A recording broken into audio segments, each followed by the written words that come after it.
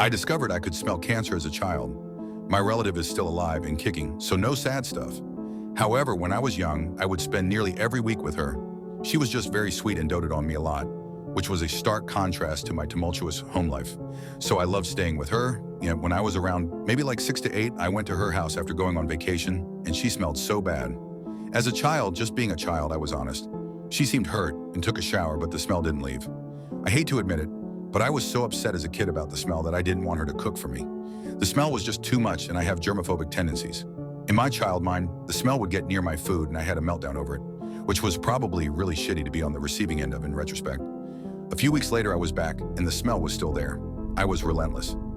"It smells like a possum in the road I saw one time," was the only way child me could explain what it was like to her.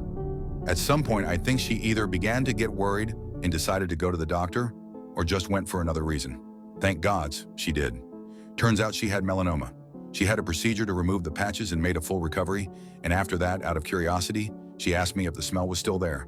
So I hugged her tight to get a good whiff, and it was completely gone. A few years later, around maybe 10 to 13 years old, I went to visit her, and the smell was back. I told her, "Remember when you stung?" And she said, "Oh no, do I need to go to the doctor again?" This time she found out she was in one of the earlier stages of breast cancer and ended up getting a mastectomy, again making a full recovery. Smell went away. Third time was melanoma again, I'm pretty sure. But every time she's ever had cancer, I've caught it by scent. I'm curious if anyone else has ever smelled it. I've always had a very sensitive nose. I'm also curious if I only caught it because I know her smell well enough to notice if it changes. Like I could maybe only do it if I know the person's usual scent. For those who maybe be wondering, it smells like that sickly, sweet, rotting, dead animal on a hot day. If you've ever had the displeasure of smelling such a thing,